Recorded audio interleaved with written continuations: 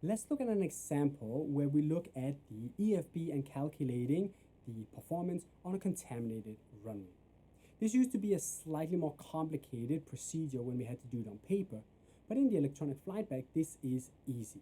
We just need to know and understand, as I just mentioned, the definitions and restrictions for contamination.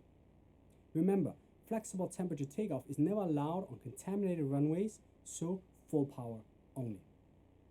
I've changed my scenario up here to have a runway now covered with 6 millimeters of slush.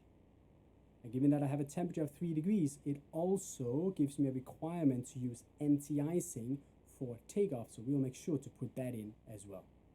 Let's calculate the maximum allowed takeoff weight as well as the speeds for this scenario. I will go in here and I will change the conditions on the runway to slush, water, etc., whatever it might be for the given scenario. In my case here, it's slush up to 6.3 millimeters. I will also select anti-icing on both the wings and the engines, given that today is a pretty bad day weather-wise, and I will leave the other things unchanged.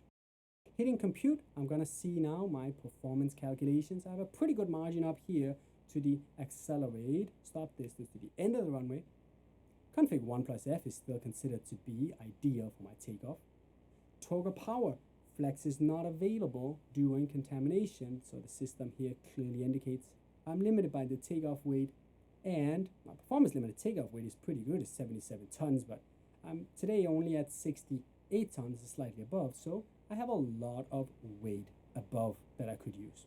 You can also see right here that there is a note saying all reversers operating, as you want to use full reversers on contaminated runways to obtain the performance given. And that concludes performance day 1. Today we covered the performance for takeoff.